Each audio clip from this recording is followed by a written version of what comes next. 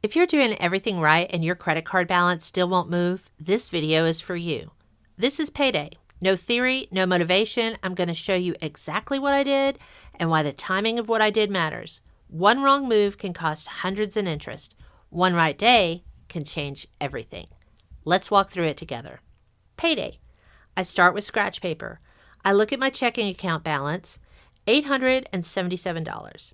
I add our paychecks, what I'm going to be depositing today, $1,704. New balance, $2,581. Now this is important. I'm going to start by subtracting what I know hasn't cleared yet, $178. Because spending money that hasn't cleared is one way people get burned using the velocity banking method. I subtract the cash I need for the week, $20. Then I pull out my month at a glance worksheet because this is another area where people mess up. They forget what's coming. So I just jot the stuff down on paper because it helps regulate my nervous system. I need to transfer $611 to the mortgage account, and I need to write a check for $60. Now I'm ready to transfer this brain dump into my organizational system. My money tracker keeps me straight between paydays. So starting checking account balance, income this pay period, adjusted balance is $178 hasn't cleared. I need $20 cash, $611 to the mortgage account, and I need to write a check for $60.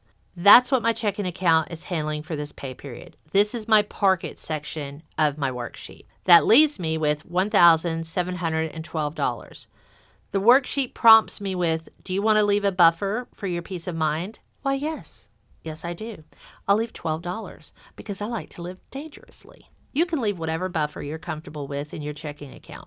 It's just for peace of mind, for overdraft protection, so you won't get an insufficient funds notification. Your buffer may be higher as you're starting out until you get the confidence that you know what's coming in and going out. It's entirely up to you. And now the fun begins. I look at my credit card statement. The closing date is January 13th. Today is January 17th. The credit card company has already taken a snapshot of my account. That snapshot happens on the statement closing date. Because I'm not in that window, that means I can make a large payment without risking a credit limit drop. This timing matters, and most people are never taught this. Pay attention to your statement closing date. This is not the same thing as your minimum due date. I go to the bank. I deposit our pay for the week into our checking account. I ask the teller, what's the minimum I need to keep here? She says $5. I say, cool. That confirms that leaving only $12 in my checking account is okay with them. That's important because some banks charge fees if your checking account falls below a certain amount. I pull over in the parking lot. I call the number on the back of my existing credit card that I'm using as my line of credit. I tell them I'm about to make a payment much larger than usual. How long is it going to take to post? She says 1 to 3 days. And this is where interest starts quietly stealing from people. As of my last statement, this credit card charged me approximately $10.39 per day in interest. And interest compounds, but just to keep it simple, 3 days, that's $31.17. If I had waited until Monday, that'd be $51.95. If I had waited until the due date, that's $311.66. And actually, it'd be more because every day it compounds. And if I'm waiting until the due date in February, that's a lot more. So every day I spend on the card first, that balance grows and grows, right? So every month it gets heavier. That's why in Velocity Banking, we make the payment the day the paycheck hits, every time the paycheck hits. Because once that chunk payment clears, it resets the balance that the interest is calculated on. And if your paycheck is paid to you via a check that you must deposit yourself, you have to let that money clear in your checking account before you make that chunk payment.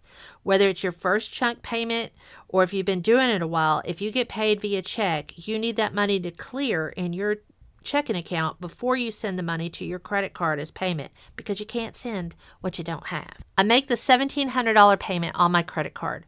Once that $1,700 clears my credit card, my balance drops from $13,153 to $11,453. My due date for that credit card isn't until February 8th, but that minimum payment, I don't have to stress about that anymore because that chunk payment more than satisfied that minimum due.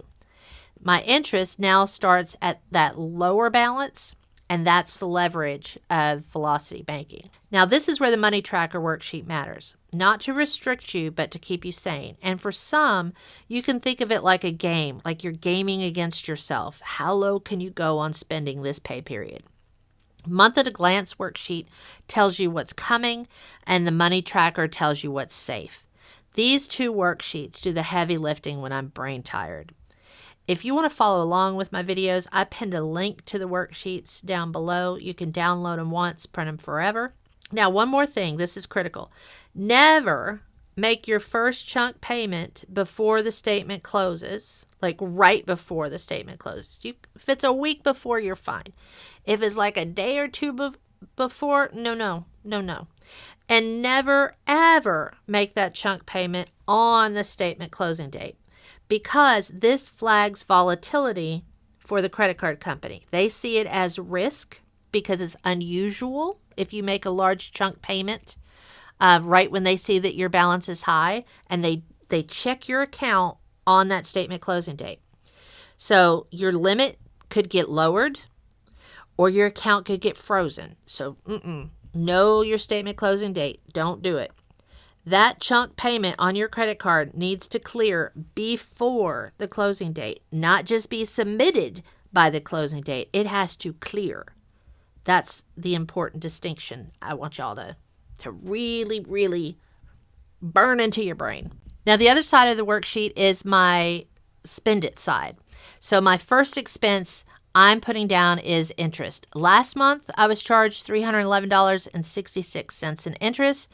So to keep things simple, I'm going to work from that number. I will have 4 paychecks before the statement closes again. So $311.66 in interest divided by 4 paychecks is $77.92 a week. So I write that down as my first expense, $77.92. Then I went to the grocery store and I spent $37.38. I don't buy bulk. I just need, what I need for a couple of days. Because if I had gone to the grocery store and spent $150 and my balance would shoot up, and then my interest is compounding on that immediately until, for the rest of the week. So what I want to do is keep that lower balance trending downward. I want to be as low as possible for as long as possible. Yes, I'm going to have to go back to the grocery store in a couple of days, but guess what? Every time I go to the grocery store and I come home, my husband's like, oh, could you give me some turmeric? We need this, we need that. So I got to go back anyway. So it just works out. I go every couple of days. Keep that balance as low as possible, as long as possible. That's the goal. So next week, we're going to see how much of that $1,700 did not get spent, because that's the amount that truly pays down my principal. And then I print off another money tracker, and guess what? I start all over again. I repeat. Now, we get paid weekly, but it doesn't matter if you get paid weekly, biweekly, or monthly. This worksheet applies to all. If you need more ledger space, you just print the form again and fill out the right side. That's the spend it side. You just keep on going till you're done. Now, next week for me is going to be tight. I have a lot due, and I'll be starting with a balance of $12. So we're going to see exactly how I handle it. So stay with me, because this is where Velocity Banking gets real.